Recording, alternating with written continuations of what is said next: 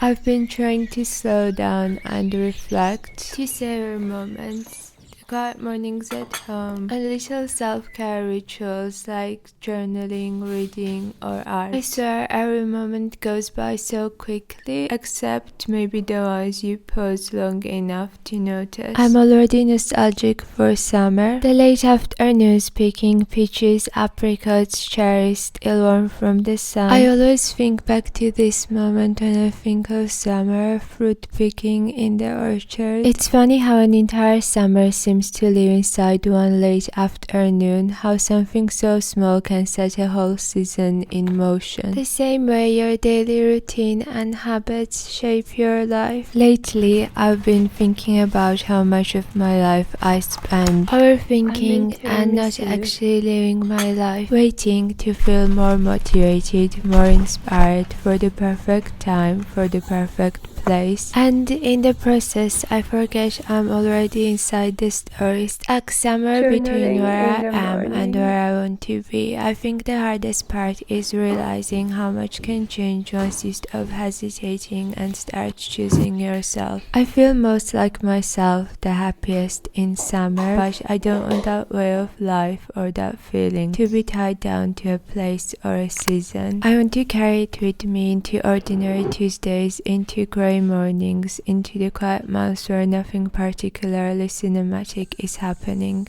That even the imperfect and in progress days are still worth showing up for. We imagine growth as a singular decisive moment, something we can point to and say that's when everything changed. It actually happens in ordinary days, in gentle repetition, in the tiny deliberate ways you care for yourself, align your habits, and move closer to the person you want to be.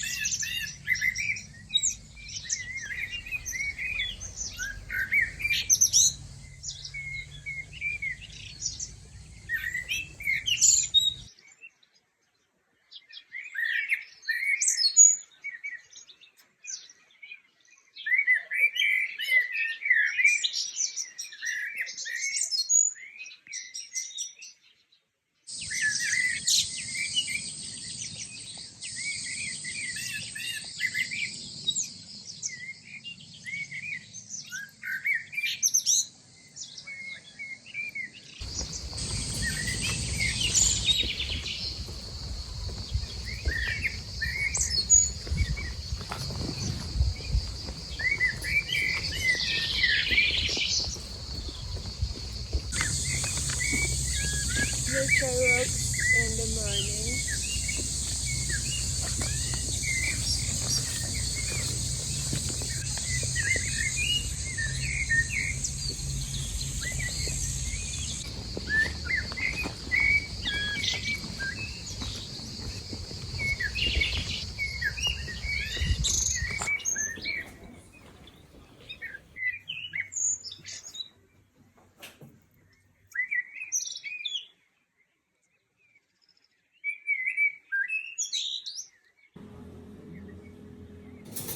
There's this pretty little cafe tucked inside. I ordered a cappuccino and sat out on the terrace under the canopy of trees with my morning coffee.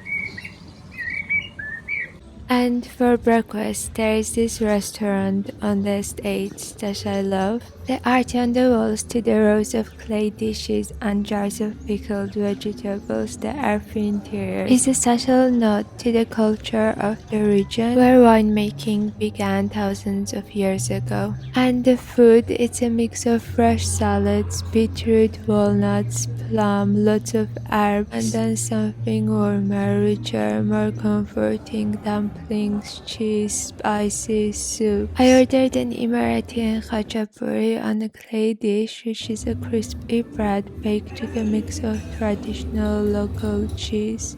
For dessert, I ordered the pear tart and pistachio cake, and the savory cornbread crumbly. Their desserts are my favorite, especially the pistachio cake. The flavor really comes through, and there is this cherry sauce on top, sweet and slightly sour, that works really well together.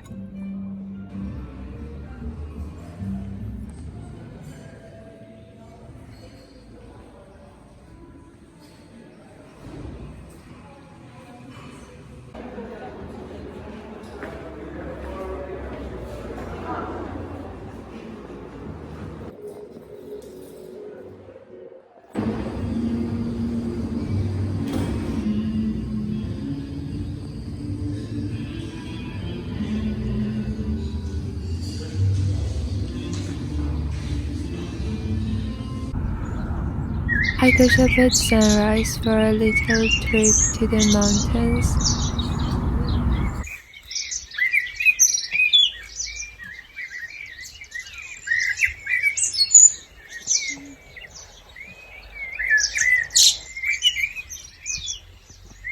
Everything that seemed so urgent and overwhelming softens. It's a gentle reset, making room for new thoughts, new ideas, a different way of seeing things.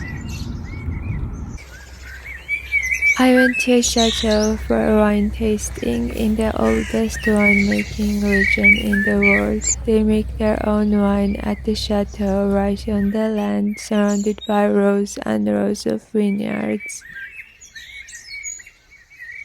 The vineyards and Chateau Buera, a constant backdrop to the most perfect, relaxing day. The dream summer is breakfasts here in the morning with the view of the mountains.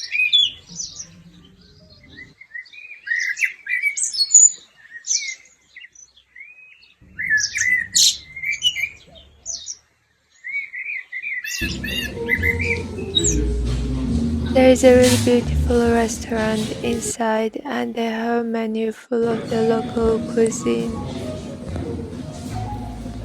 Kisi kacitelida mწვანე lens.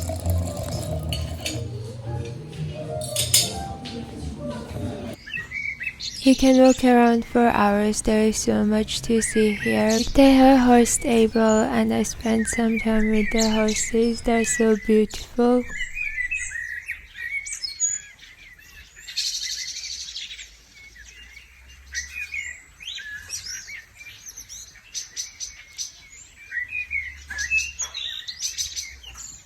Or you can sit by the lake and just enjoy the scenery. The water shimmering in the daylight and all the swans and geese around the lake.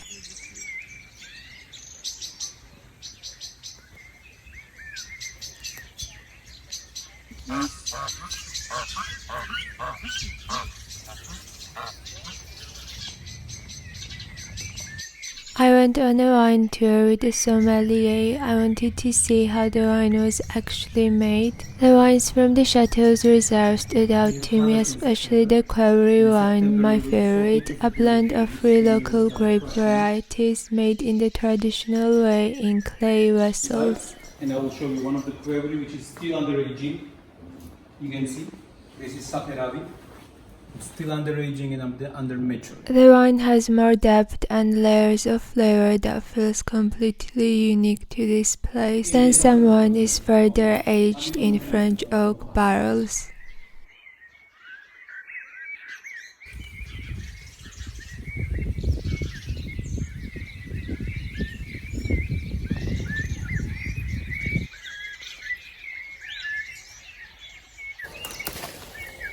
This is summer condensed into a taste, warm, bright, lingering like late summer heat in the air. It gets really hot here during the summer, most days it's 30 degrees Celsius. The fruit is so vibrant and sweet.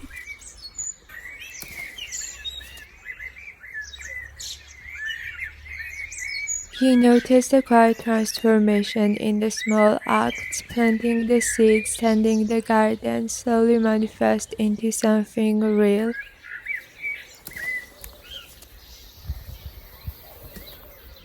Realizing how the things you do every day have shaped the season itself. The same way your daily routine and habits shape your life. These apricots taste unreal. They're really sweet like honey and floral. They're warm gold and sun-kissed, almost as good as a peach.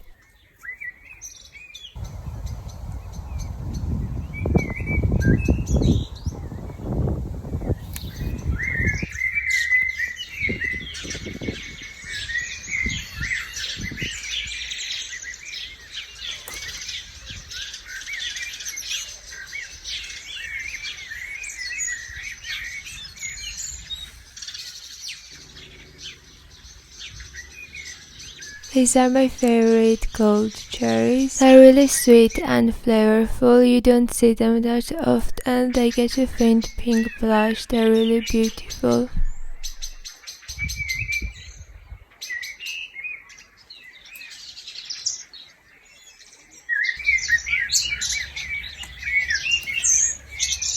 In the mornings or when the sun starts going down and the air gets a little cooler, I go outside and read.